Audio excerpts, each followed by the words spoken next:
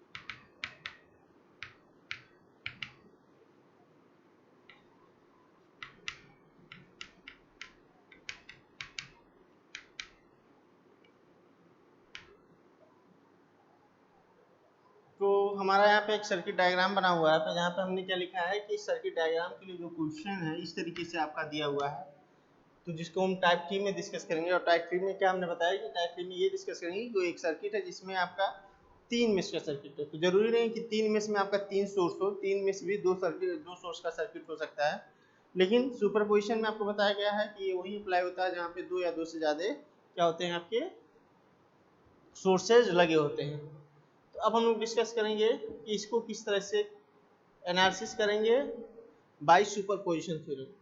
ठीक। तो superposition theorem के तहत कैसे हम इसका एनालिसिस करेंगे, इसकी डिस्कशन करेंगे। तो हमको करंट किस में निकालना है, 6 ओम। तो हमारा जो 6 ओम का रजिस्टर वो कौन सा रजिस्टर है, वो पर्टिकुलर ब्रांच होगा, वो पर्टिकुलर रजिस्टर होगा जहाँ पे हमको करंट का कैलकुलेशन करना है।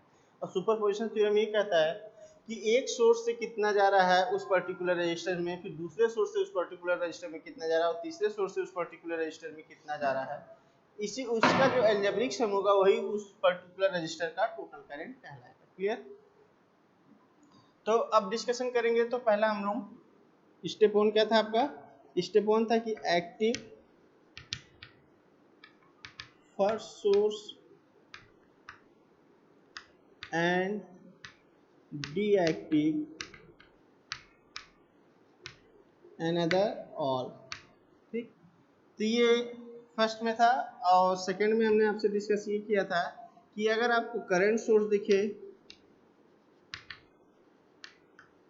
तो इस प्रोसेस में क्या कर देंगे, आप ओपन कर देंगे। अगर आपको वोल्टेज सोर्स दिखे तो इस प्रोसेस में आप क्या कर देंगे, शॉर्ट कर देंगे। ओपन का मतलब टर्मिनल्स को इस तरह से खुला कर देना, और शॉर्ट्स का मतलब क्या होता है कि अगर दो दो पॉइंट के टर्मिनल है तो इनको मिला देना। ठीक। तो आप देखें कि अब फर्स्ट सोर्स किसको कह रहे हैं, तो यहाँ तीन सोर्स है, 20 वोल्ट का, 4 एम्पियर का और 40 वोल्ट का। तो अगर ये पहला मान ले रहे हैं, इसको दूसरा मान ले रहे हैं, तीसरा मान ले रहे हैं, तो केवल हमको एक्टिव फर्स्ट को करना है। तो केवल 20 वोल्ट का एक्टिव करेंगे, बाकी दो को डीएक्टिव करेंगे। तो डीएक्टिव आने दौरान में 4 एम्पियर आ जाएगा और ये हो जाएगा। तो 4 एम्पियर क्या है, करंट सोर्स है, तो इसके लिए ओपन कर देंगे। 40 वोल्ट क्या है, वोल्टेज सोर्स, इसलिए इसको शॉर्ट करेंगे। तो फिगर का क्या होगा, नया आपका ये होगा, देखें।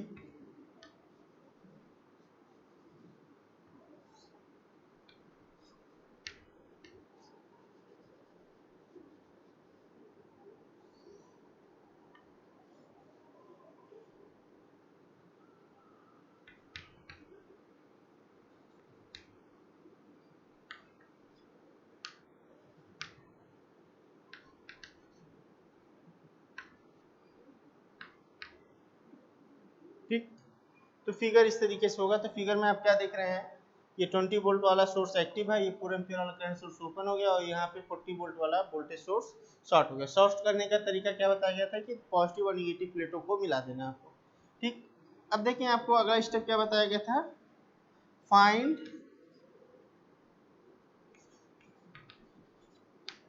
R equivalent from active voltage source side, ये बताया गया था। ठीक,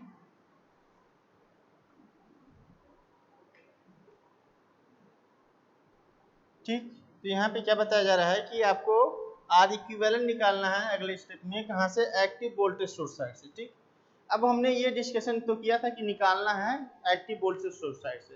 तो ये प्रोसेस हमने किस लिए बताया था कि सोर्स से कितना करंट चल रहा है ये जानने के लिए, और सोर्स से जितना करंट चल रहा है उसका कितना हिस्सा उस पर्टिकुलर ब्रांच में जा रहा है।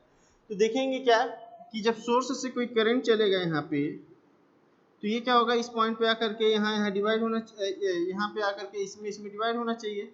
तो इधर क्या है, पाथ ओपन हो गया करंट सोर्स होने के कारण। करंट सोर्स को आपने डीएक्टिव कर दिया तो पाथ ओपन हो गया है, तो करंट इधर जाएगा ही नहीं। अगर जाएगा नहीं तो यहाँ पे करंट की वैल्यू क्या हो जाएगी, जीरो हो जाएगी। और जब जीरो हो जाएगी तो इधर के सारे रजिस्टर में करंट की वैल्यू जीरो हो जाएगी। तो कहने का मतलब ये है, आप फाइनली आर इक्विवेलेंट निकाल कर करके, फिर उसके बाद ओम्स लॉ का यूज कर करके करंट निकाल कर करके, और फिर आप अगर ये देखेंगे कि उस पर्टिकुलर ब्रांच में कितना करंट जा रहा है, तो वहां पे अगर आप ये फिगर से ही देख सकते हैं, फिगर आपने ड्रॉ किया तो फिगर से ये बताया जा रहा है कि यहाँ पे करंट पास ही नहीं हो रहा, क्योंकि यहाँ पाथ ओपन है, और जब पाथ ओपन है तो करंट नहीं पास होगा, पास नहीं होगा तो करंट की वैल्यू जीरो होगी। तो आपको जो पर्टिकुलर ब्रांच का करंट है इस सोर्स से वो कितना है, करंट इन 6 ओम 0 एम्पियर है। ये पहला केस है तो आई डैश 0 एम्पियर लिख लेंगे हम, पहला केस है तो इसको क्या लिख लेंगे, आई डैश 0 एम्पियर। ठीक, अब बात हो रही है क्या कि ये कर लिया आपने, समझ में आया आप लोगों को क्या बताया जा रहा है कि इस पर्टिकुलर उसमें हमने क्या किया है, आर इक्विवेलेंट निकालने वाला स्टेप नहीं लिया है। क्यों नहीं लिया है, उसको आपको ये समझना पड़ेगा कि जब हम आर इक्विवेलेंट निकालते तो अगले स्टेप में क्या करते हैं, ओम्स लॉ से ये जानने की कोशिश करते हैं कि इस 20 वोल्ट से सप्लाई करंट कितना चल रहा है, और सप्लाई करंट का जो भी वैल्यू होगा उसका कितना हिस्सा 6 एम्पियर में 6 ओम में जा रहा है, ये जानने की कोशिश करते हैं। तो जब हम यहाँ पे देखेंगे फिगर को जरा ध्यान से, तो देखेंगे कि जो सप्लाई करंट का हिस्सा ये 2 एम्पियर से पास होकर के 3 और इधर इस पाथ में डिवाइड होता है, तो इस पाथ ये पाथ क्या है, ओपन है। ओपन होने के कारण करंट की वैल्यू जीरो है। तो अगर ये जीरो है यानी कि इधर कोई करंट नहीं पास हो रहा है, तो कोई करंट नहीं पास हो रहा, तो 6 ओम में क्या बता देंगे कि 20 वोल्ट से जो करंट जा रहा है वो जीरो है। तो पहला केस है, तो पहला केस को आई डैश 6 ओम लिख लिए। अब सेकंड, अब लिखेंगे ये फर्स्ट सोर्स कौन सा था, 20 वोल्ट। ठीक, अब लिखेंगे एक्टिव सेकेंड मतलब 4 ampere source and deactive another all. ठीक, अब इसके अनुसार फिगर बनाएंगे। तो डीएक्टिव में करंट दिखेगा, ओपन कर दीजिएगा, वोल्टेज दिखेगा तो शॉर्टेज है। तो सेकंड किसको माना गया, इसको, ये भी वोल्टेज पहला वाला भी है, तीसरा वाला भी वोल्टेज, यानी कि सबको शॉर्ट करना है। तो यहाँ देखिए कैसे तरह होगा, ये हो गया, ये हो गया,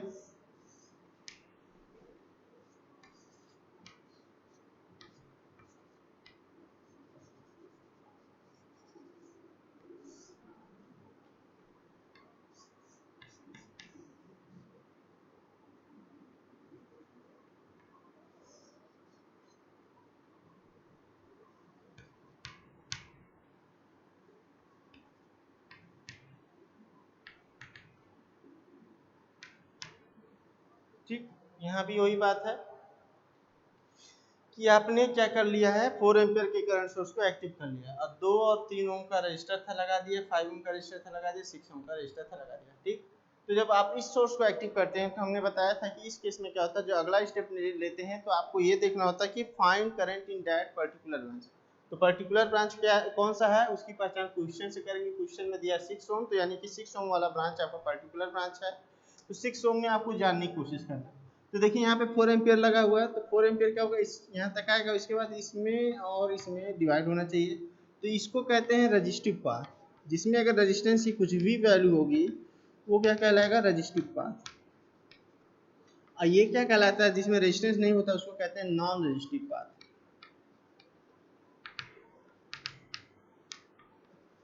ठीक, तो अगर करंट के पास ऐसे दो पाथ होते हैं जहां से होकर उनको फ्लो करना होता है, जैसे करंट यहाँ पे हमने बताया 4 एम्पियर यहाँ तक आएगा, अब इसके पास इधर और इधर डिवाइड होकर चलने के लिए रास्ता है, तो करंट हमेशा उस पाथ को चूज करता है जो कि उसके लिए नॉन रजिस्टिव होता है। कभी वो, मगर हमेशा रजिस्टेंस मतलब रजिस्टिव क्या करता है, करंट में अवरोध उत्पन्न करता है, तो करंट क्या होता है, अवरोध को पसंद नहीं करता है।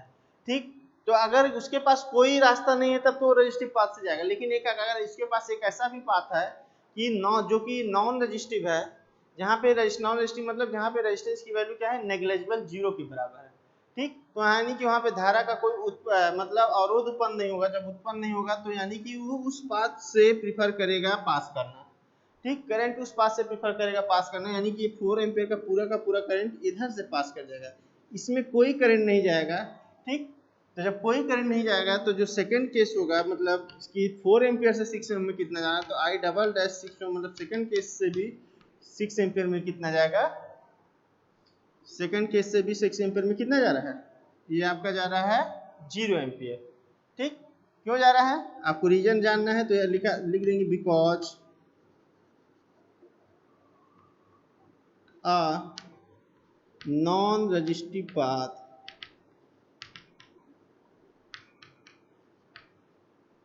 across the 6 ohm resistor। Clear, क्या बताया जा रहा है कि because a non resistive path across the 6 ohm resistor, इसलिए इसमें क्या हो रहा है, 4 एम्पियर से भी 6 ओम में कितना करंट जा रहा है, 0 जा रहा है। अब थर्ड केस, एक्टिव थर्ड कौन सा है आपका, थर्ड ये 40 वोल्ट वाला है, 40 वोल्ट सोर्स,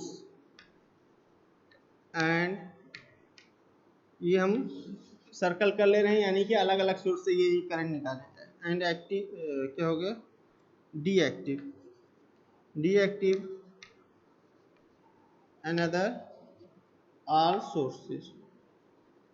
ठीक, अब बात करेंगे थर्ड किसको कहा जा रहा है, थर्ड इसको 40 वाले वोल्ट को माना जाए, क्योंकि हमने बताया पहला इसको मान लिया, दूसरा इसको मान लिया, तीसरा इसको। तो थर्ड सोर्स को अब हम जब एक्टिव करेंगे तो थर्ड सोर्स में 40 वोल्ट को एक्टिव करेंगे, तो 40 वोल्ट को जब एक्टिव करेंगे तो ये लगा रहेगा। ठीक, तो मान लीजिए इस केस का फिगर हम इसी में चेंजिंग कर दे रहे हैं, इसी में चेंजिंग कर देंगे तो ये सोर्स एक्टिव होगा। इसको डीएक्टिव करना है तो ये किस टाइप का, ये करंट है, तो करंट को आपको क्या बताया, डीएक्टिवेशन प्रोसेस में ओपन कर देना, ये ओपन हो जाएगा। ठीक, और ये क्या है, वोल्टेज सोर्स है, तो वोल्टेज सोर्स डीएक्टिवेशन प्रोसेस में क्या हो जाएगा, शॉर्ट हो जाएगा, तो शॉर्ट हो जाएगा यानी कि ये शॉर्ट हो जाएगा।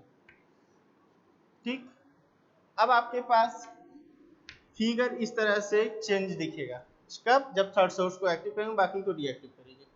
ठीक, अब आपका अगला स्टेप क्या है कि सोर्स इस साइड से आर इक्विवेलेंट कितना है। ठीक, इस सोर्स आर इक्विवेलेंट जब निकालेंगे तो क्या होगा, ये देखेंगे कि जब यहाँ से आर इक्विवेलेंट निकालेंगे तो जब इधर पास करंट पास कराएंगे तो यहाँ पे आकर के यहाँ ब्रेक होना चाहिए, लेकिन इधर आगे ओपन पाथ है तो करंट जाएगा नहीं, तो इस सर्किट का आर इक्विवेलेंट इस साइड से क्या हो जाएगा, 6 के बराबर हो जाएगा। ठीक, जब 6 के बराबर हो जाए तो आई की value B upon R equivalent से कितना जाए, बी की वैल्यू क्या है इस केस में 40 है, 40/6 कर लीजिएगा आप, तो अगर हम 20 से काटे तो 20/3 यानी कि 6.66 शायद आएगा, इतना एम्पियर हो जाएगा। तो ये कौन सा करंट है, जो इस सोर्स से चल रहा है, जो यहाँ पे है। अब आपको ये देखना है कि ये करंट 6 ओम में डायरेक्ट जाएगी कि डिवाइड होकर जाएगी, तो अगर यहाँ से चलेगी तो यहाँ पे डिवाइड तो हो रहा है, लेकिन इधर पास होने वाली करंट की वैल्यू क्या है, 0 है, यानी कि पूरा का पूरा करंट इधर चला जाएगा, तो current in 6 ohm third case triple dash, ये कितने के बराबर है, 6.66 के बराबर है। अब तीनों का डायरेक्शन देखेंगे तो तीनों जब यहाँ है तो तीनों का डायरेक्शन नीचे था। ठीक, तो अब क्या कर लेंगे, टोटल करंट की बात करेंगे, तो total current in 6 ohm is equal to I dash 6 ohm plus I double dash 6 ohm plus I triple dash 6 ohm। ये जीरो है, ये जीरो है और ये 6.66 है। ये टोटल वैल्यू क्या आ जाएगी 6.66 एम्पियर। ठीक।